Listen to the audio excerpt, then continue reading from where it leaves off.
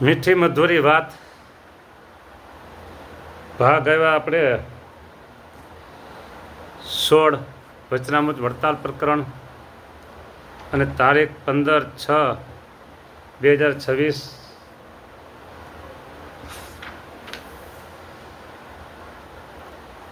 વચનામૃત ચાલે છે ચોથું વડતાલનું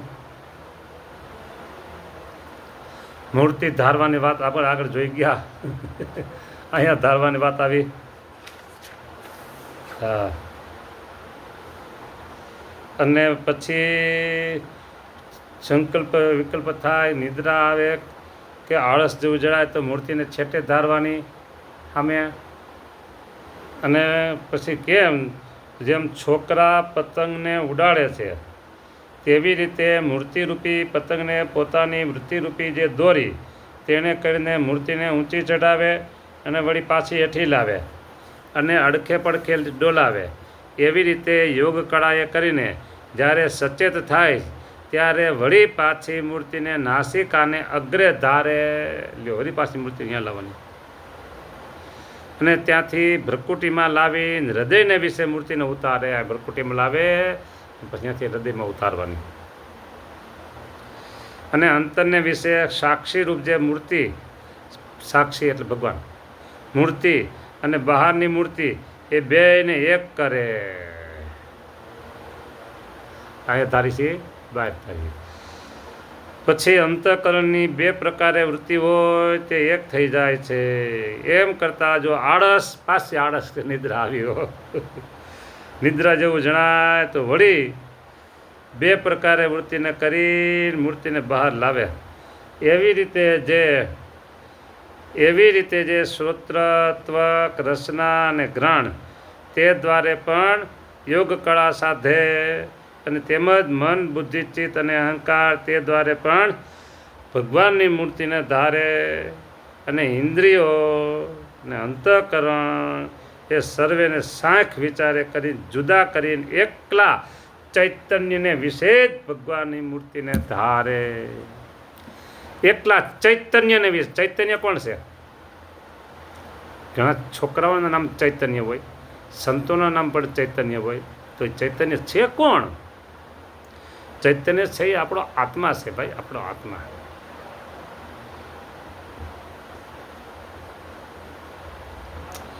યોગ કળા સાધે અને તેમજ મન, બુદ્ધિ, ચિત્ત, અહંકાર, અંતઃકરણ અને તે દ્વારે પણ ભગવાનની મૂર્તિને ધારે. અને ઇન્દ્રિયો અને અંતઃકરણ એ સર્વેને સાંખ વિચારે કરીને જુદા કરીને એકલા ચૈતન્યને વિશે જ ભગવાનની મૂર્તિને ધારે.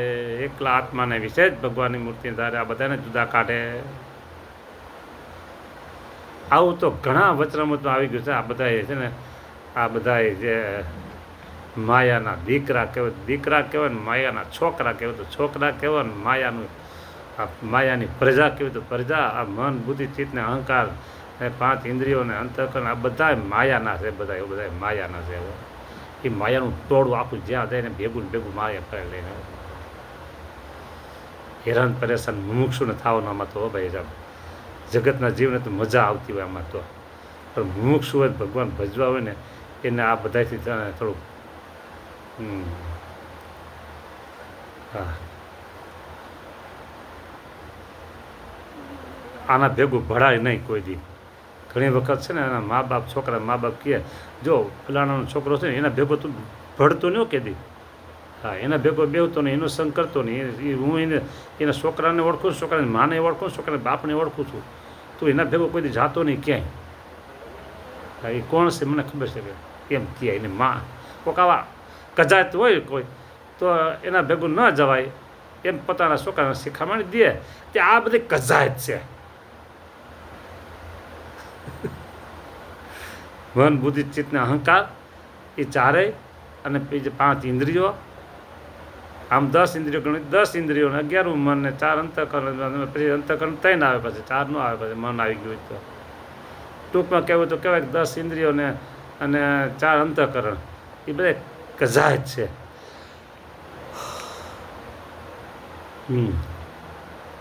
એક કહીને ભગવાન ભજવા ગમતા નથી.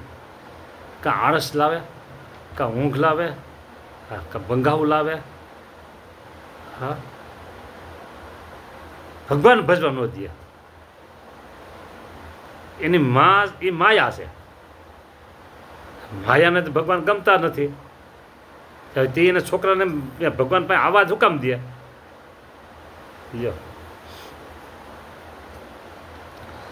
એટલે એકલા ચૈતન્ય વિશે મૂર્તિને ધારવાની કીધી ભગવાને.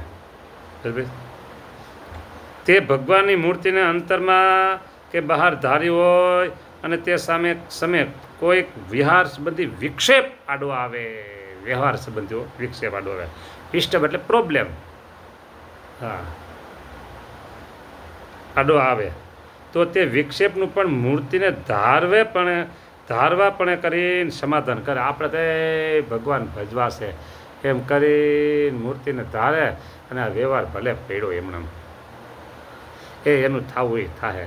આપણે તે મહારાજની મૂર્તિને ધારો, મૂર્તિને આમ ધારી આમ મૂર્તિને ધારી એકાંતમાં બેસી, હાથમાં માળા હોય તો માળા ન હોય કાંઈ ન હોય તે આ મૂર્તિને ધારી રાખવાની. હા હા હા હા, આમ જ હો. હે મહારાજ, મૂર્તિને ધારી રાખવાની આમ હો. હા, સળંગ મૂર્તિને જોવાની હો, સળંગ મૂર્તિને જોવાની. હું રસબસ મૂર્તિમાં છું, રોમ રોમ રસબસ મૂર્તિમાં છું. આપણે જ્યાં બેઠા છીએ ત્યાં જ મહારાજને જોવાના હો. ઓહો, આપણો દેહ છે ને એ પ્રલય થઈ ગયો, વિલય થઈ ગયો છે. દેહની જગ્યાએ મહારાજને ધારી રાખવાના. હા હા, અને કહેવાય મૂર્તિમાં રહે, મૂર્તિને જોઈ કે ધારી કહેવાય. મૂર્તિમાં રહે ને મૂર્તિનું સુખ લીધું કહેવાય. બસ આજુબાજુ કાંઈ નથી. અધો નીચે, ઉર્ધ્વ એટલે ઉપર, અધો ઉર્ધ્વ પ્રમાણ રહી ચારે બાજુ. હા હા હા, ચારે બાજુ દિવ્ય પ્રકાશ તે શીતળ શાંત તેજ પતી ગયેલું છે. અને તેજને મધ્ય મહારાજ બિરાજમાન છે. તેજને મધ્ય મહારાજ બિરાજમાન છે. અને મહારાજે મને મૂર્તિમાં રાખ્યો છે. હાલે છે મહારાજ, ચાલે છે મહારાજ, જુએ છે મહારાજ, મહારાજ મહારાજ મહારાજ. બસ બીજું કાંઈ દેખે નહીં. મહારાજ મહારાજ. હે આસામ, જે મૂર્તિ આપને ગમતી હોય ને એ મૂર્તિ ધાર રાખવાની. આને કહેવાય પ્રતિલોમ ધ્યાન, આને કહેવાય સળંગ મૂર્તિનું ધ્યાન, આને કહેવાય મૂર્તિમાં રસબસ રહ્યા કહેવાય. રસબસ હોય રહી રસિયા જીવ મિસરી પઈ માહી ભરી. હા હા, મહારાજ મહારાજ મહારાજ મહારાજ. આમ આવ્યું એ તમને કીધું. મૂર્તિને ધારવે કરી સમાધાન કરે. મૂર્તિને ધારવે કરી. હા, વિક્ષેપને વિશે પોતાની યોગ કળાનો ત્યાગ ન કરે. એવી રીતની યોગ કળાએ યુક્ત એ યોગી વર્તે છે. આમાં ધ્યાનમાં બે ત્રણ પ્રકાર આવી ગયા. એક ધ્યાન આવ્યું અહીં સંકલ્પ સિદ્ધિનું ધ્યાન. બરાબર, સંકલ્પ સિદ્ધિ કહેવાય આજ્ઞાચક્ર, ત્યાં મૂર્તિ ધારવાની. બીજી એક અહીં મૂર્તિ ધારવાની અને આત્મામાં મૂર્તિ ધારવાની. બસ મૂર્તિને ધારવે કરી વિક્ષેપનું સમાધાન કરે. આપણે વ્યવહારને શું મૂકો એમ કરીને મૂકી દેવાનું. અને પછી મહારાજની મૂર્તિને ધારવાની હોય. હાલે છે, ચાલે છે, જુએ છે, હરે છે, કરે છે મહારાજ મહારાજ મહારાજ. રસ બસ આંખોમાં આંખો ધારવાની મહારાજની, નેત્રમાં નેત્ર ધારવાના, મુખે મુખ, હાથે હાથ, ચરણે ચરણ, છાતીએ છાતી. બસ મહારાજે આપણને એની મૂર્તિમાં રાખ્યા છે. અને પછી હાલે ચાલે જુએ મહારાજ. હું તો મૂર્તિમાં છું. આને કહેવાય અનાદિ મુક્તની સ્થિતિ. આને કહેવાય પ્રતિલોમ ધ્યાન, આને કહેવાય મૂર્તિમાં રહે મૂર્તિનું સુખ લીધું કહેવાય. એ વીતી હોય તે રેવો જાણે, અણ સમજા મર ઈરસાયા.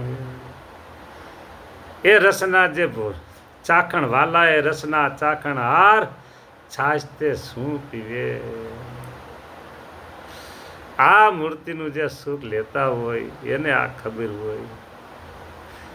ખાખરાની ખિસકોલીને આ કેસર કેરીના આંબામાં કેસર કેરી એની શું ખબર હોય.